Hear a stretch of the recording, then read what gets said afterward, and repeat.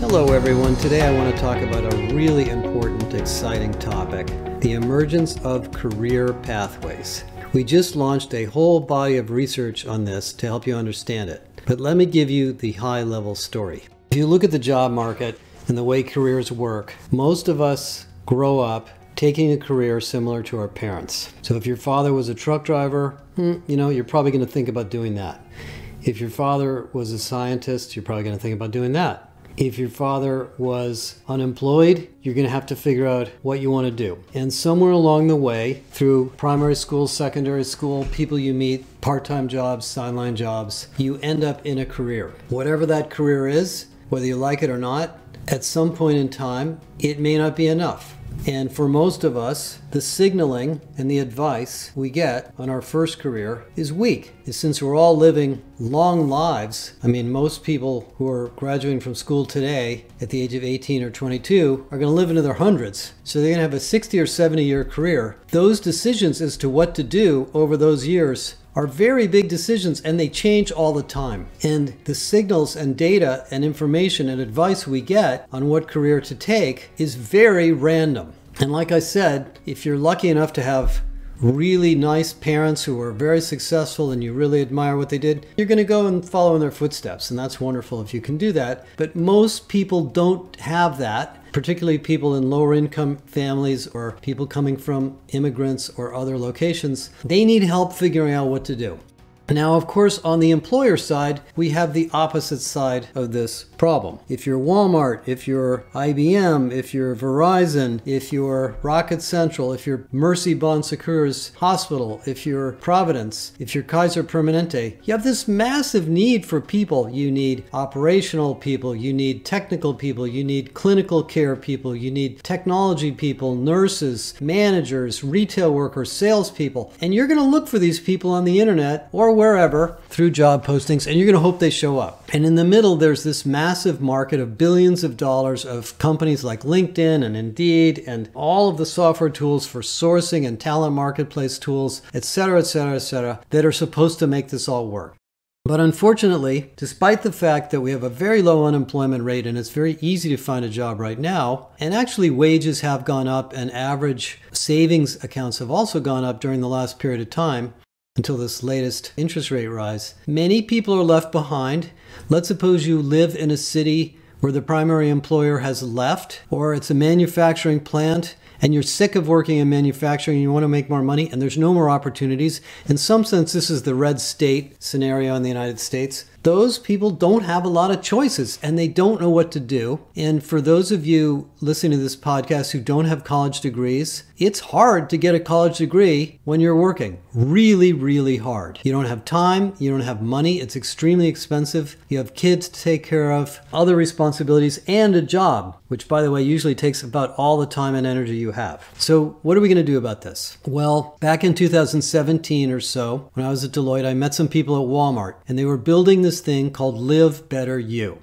And they had a really big idea. And they weren't the only ones, but I'd like to give them as an example. They were looking at this massive investment companies were making in tuition reimbursement. And tuition reimbursement is a big benefit. And we studied tuition reimbursement multiple times in my career, and I was always amazed at how much money companies spent on tuition reimbursement and how little they could measure the results. Because the way tuition reimbursement traditionally was managed is it was a benefit, like healthcare. And so if you wanted to get a degree or take a course at a university on something and it was somehow aligned to the business that your company was in, we'll pay for it. And if it makes you happy and better at something that you want to do, we're willing to take the company's money and spend it, and you don't have to pay tax on it because the government allows you to educate yourself with benefits that are tax-free. So it's a great thing for the company, it's a great thing for the employee. But when we actually surveyed companies about what they're getting for this, they don't know. Fewer than 10% had any idea how much value the tuition reimbursement was providing to the employee, to say nothing of the employer. And also the adoption rate is low and the completion rate is low because it's hard to use it. Well, Walmart had a better idea. They decided they were going to put together something called Live Better You, and they were going to go further. By the way, since then, Amazon has done this, Verizon has done this, AT&T has done this, other companies have done that, with the help, by the way, of Guild Education or BrightHorizons EdAssist, the two biggest providers in this space. But this is a big idea, and it still has a long way to go. What they did is they decided initially they were going to give people a lot more support. They were going to give them time, they were going to give them more money, they were going to give them education assistance, coaching, and then later as the program progressed, they realized they could do even more. They could build what we now call career pathways. Career pathways being non-linear pathways from a lower paying to higher paying, lower demand, higher demand career, profession, or job that the company needs anyway. And this is a massive idea. Now let me take a step back and talk about what a career pathway is. We are the ones who really coined the term, and the reason we wanted to define it explicitly is we want to make it clear that a career pathway is not a career path. A career path is the old-fashioned linear stair-step, multi-year, multi-generational journey you go through in a given job family. So if you're an engineer and you go to work for Exxon like I did, you start as a junior engineer, and after 2 or 3 years you become a project engineer, and after 2 or 3 years you become an advisory engineer, and after 2 or 3 years, if you make it, you become a senior engineer, and if you really make it, you become an engineering manager and director and VP. And yeah, you might rotate around to different responsibilities inside the company while you're doing that, but that's the engineering career path. And those worked really well in the 60s, 70s, 80s when companies were organized as industrial hierarchies. And if you read chapter 1 of my book, Irresistible, you can hear all about the way this works and the way it's changed. And those programs are still there and they make sense and they're good and companies need them. But of course, what's happened is there's so much disruption and change in the nature of every company, in the nature of every industry, that those linear careers are not the number one thing that matters to the company anymore. Let's suppose we have a linear career for mechanical engineers in Chevron, and Chevron says we need hydrogen engineers. We got to get them there from here. Maybe we need people who understand electric batteries. Well, there's some adjacencies there, but they're not obvious. And at Walmart, there's tons of this. We need logistics people, we need drivers, we need marketing people, we need people that can work on operations, on and on and on. And that's true at Amazon, that's true at Verizon, that's true at AT&T, that's true at every company, by the way. And so what's now happened, and we're really introducing this research this quarter, is these career pathways have become a huge opportunity for you. And I want to thank, by the way, EdAssist, BrightHorizons, and Guild Education, two of the big players, for working with us on this research. We've done quite a bit of research on this now on our own. And there's a series of steps that companies can go through to create these career pathways. In the case of Walmart, over the years, the program has become much more advanced. And that's true of all of them. If you specifically know we need a certain type of nurse, or a whole set of clinical professionals in healthcare, you can create career pathways that include education, certification, degrees, job experience, mentoring, coaching, developmental assignments, on-the-job training to move to those new careers. And it might take somebody 2, 3, 4 years to get there, but it is cheaper for you as an employer to do this at scale, if you're a big enough company, than to go out and find these people in the outside market. Because not only are you saving money on getting them into the career, these are people you know, these are people who love your organization, who are going to stay and going to bring all sorts of goodwill with them. In fact, I think it was New York Presbyterian that told us that they believe that every employee in that hospital, even the or gal sweeping the floors, taking out the trash, driving the ambulance, has a career to become a clinical professional. And they want these people to stick around and learn and grow into these jobs where there's a shortage of 2.3 million people over the next 3 to 5 years. So this is a big deal. So what have we learned about this? First of all, it's not simple. The reason tuition reimbursement programs were poorly used is nobody put a lot of time into them. We really need to look at what are the adjacent skills and who are the pools of people that are most likely to move into these new roles or opportunities. That's a skills adjacency problem. You need skills data. You need some talent intelligence to do that. You need to communicate to these people that even though you're a financial auditor today, you could become a cybersecurity analyst tomorrow. I had this hilarious conversation a couple of weeks ago with a bunch of people in Europe that I'm going to see in November about driving vehicles. And I'm not sure whether they're worried about that now because there are no self-driving vehicles yet. And I said, well, if you look at the skills of a great bus driver, it isn't just driving, it's also human relations. Bus drivers are pretty good at dealing with people because they have lots of people issues to deal with. They might become customer service agents. They might even become salespeople. I don't know. But skills adjacency teaches you a lot of fascinating things about who could be a good fit for what job. Now, in the early days of this, back in the 60s and 70s when I got out of college, basically what you did is you took the strong vocational aptitude test and it looked at what you were good at and it gave you a set of jobs and careers that were appropriate. Because I was a science type of guy, I ended up getting recommended to become an astronaut, which was obviously a way long distant, low odds role for me, but I actually did at one point think about going into the Air Force to see if it was worth it. Later, I decided to become more academic and do the kind of stuff I do now. Or you read What Color is Your Parachute, which was one of the most important books of my life. I hope most of you have had a chance to at least browse through it and give it to your children. But that's not enough because those books are just general self-discovery. You need to know what's out there and what's changing all the time. And so this signaling system between new jobs, new roles, new careers, new opportunities, and individuals who are busy working, taking care of their families, trying to do a good job is really a big problem. And that's the responsibility of you. And I'm not saying it's going to be easy, but it pays off. And that's why these companies like Guild and EdAssist and others are there to help you. So you might ask yourself, well, why don't I just go buy a talent marketplace and just turn it on and all this stuff will happen automatically? No, that's not true. Now, as much as I'm a big fan of the talent marketplace, and I think it will become a transformational driver of a whole new way of working,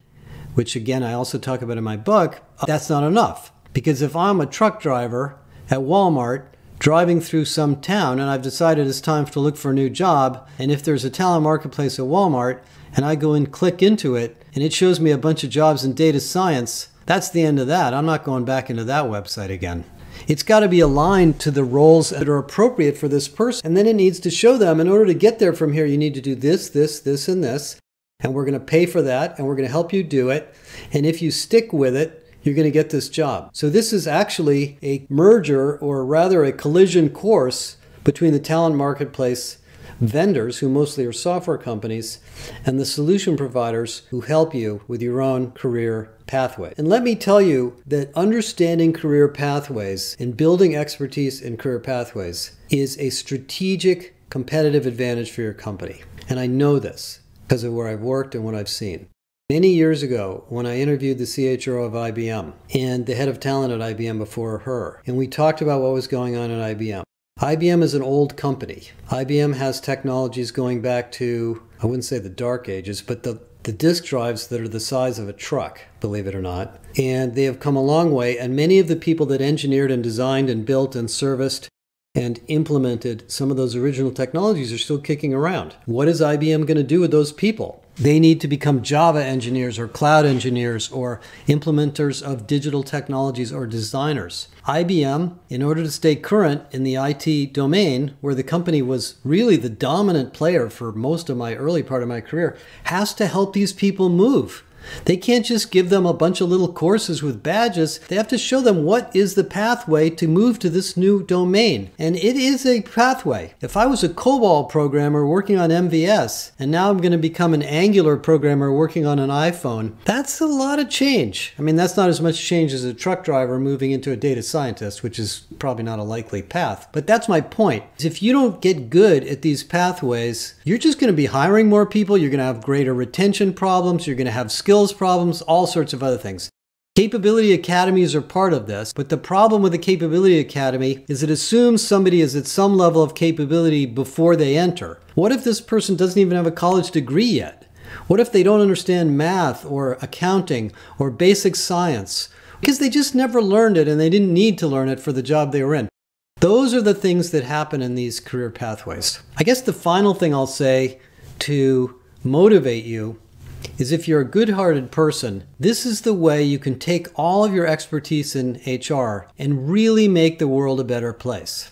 Most of you know I live in Oakland, California. It's a very heterogeneous community. We have upper income, very expensive houses and wonderful places to live and people with great careers here. And we have people here that are unemployed. We have people that are homeless. We have a lot of clinical workers, a lot of healthcare companies here. We have a lot of public sector workers, many of whom are happy to work in the public sector. We have dock workers at the port. And many of these people want more opportunities and they don't know where to go. And so they continue down the path they're on. They retire. They live with whatever it is they did, and that's the end of it. And I don't like it. I look around based on where I live and what my life has been like, and I keep thinking to all these people, can I help you find a better career? And I don't have time. I'm just one person. You can do that at scale. And it will transform people's lives. One of my friends, when I was younger in life, was a woman who was an X-ray technician. And she became an X-ray technician because her mother was a nurse. And she believed, she came from Cincinnati, her father was a fireman, that becoming an X-ray technician was the greatest thing she could do. And she didn't like it. It was repeatable work. It was boring. She didn't like the way she was treated by the patients. And she had no way out. She couldn't go back to school and become a nurse. She didn't want to be a nurse. She wanted to do something else. And I got to know her and told her what my life was like and what I had done in college and what had happened to me. And her eyes opened as big as saucers. And I said to her, you know, this is not going to be easy for you. You're going to have to go back to school. You're going to have to get a degree. You're going to have to go to community college. It's going to take some time.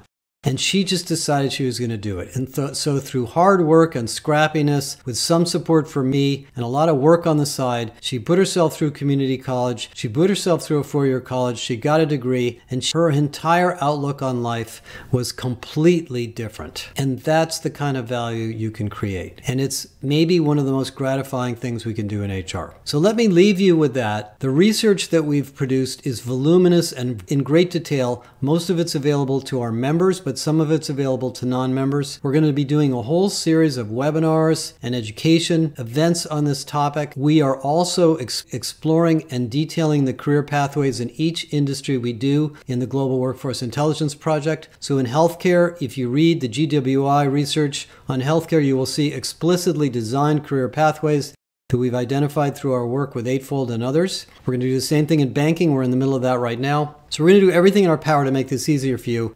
But I think you should put it on the list of something you can afford to spend money on. Take that tuition reimbursement money that's sitting there and being used, but you're not sure what you're getting out of it, and spend some effort on this. Focus on the most urgent needs you have inside of your company and do some work to get some people down these pathways. And over a period of years, you'll do something really transformational for your company and for the rest of society. Thank you.